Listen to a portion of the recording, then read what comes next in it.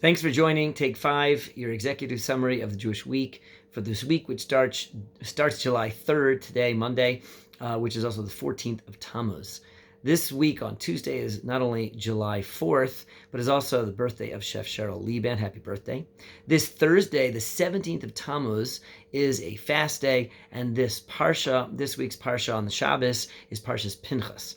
Quickly on in terms of the fast of the 17th of Tammuz, Thursday, it is a sun up to sundown fast, which starts this week 4:26 a.m. and goes till 9:13 p.m. It's a long fast.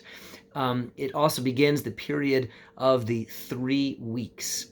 And 3 weeks are a time of terrible mazel for the Jewish people during which many tragedies have occurred, and it is not a time where we make weddings or go out for big parties or celebrations. It's also not a time when we observe 7 mourning practices, which include not getting haircuts, so get your haircut before Thursday. These customs of mourning are to help us to internalize and to appreciate the absence of the temple and the closeness with the Almighty that the temple would allow us. May it be speedily be rebuilt in our days. 5 tragedies are recorded by the Mishnah that took place on this day, the 17th of Tammuz. That's a fast day. And they are, first of all, that was the day that the tablets of the 10 Commandments were smashed because of the sin of the golden calf. That was in the year 1313 before the Common Era. Also, number 2, the wicked King Menashe put an idol in the temple in the year 523 before the Common Era, 533 before the Common Era, sorry.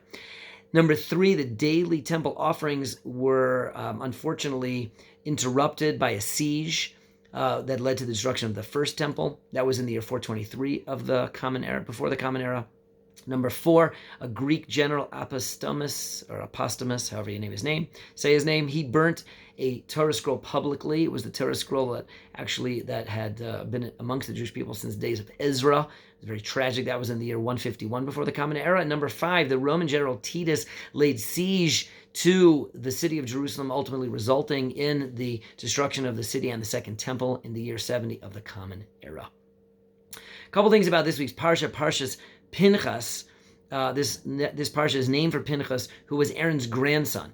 He stood up valiantly in defense of God's honor when the Jewish people were wooed into worshiping idols by the Midianites. The reward given to him was the covenant of peace, making him and his descendants Kohanim for all time. Why is book number 4 called the Book of Numbers? Because there are 2 censes that are 2 times the Jewish people are counted in the Book of Numbers, in the beginning, and now we're towards the end here. And in this week's parsha as well, after the Jewish people were commanded to fight against the Midianites to avenge God's honor by that fight. And after the battle, God counts them again to check in on us, make sure that we're all there and well. And that is the second count. Therefore, the book is called the Book of Numbers because of these 2 times we are counted. Lastly, I want to leave you with the riddle of the week, which is this.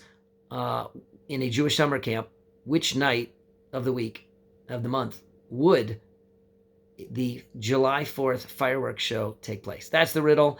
Last week's riddle was, what was the desert miracle in the merit of Aaron? And the answer to that was the Anania Kavod, the clouds of glory that protected us from the sun and from our enemies. Congratulations to winners Jonathan Defez and Elise Goldberg once again for answering the riddle correctly. Send your answers to me at rleban@theje.com. And I want to wish you a holy, happy, and healthy week.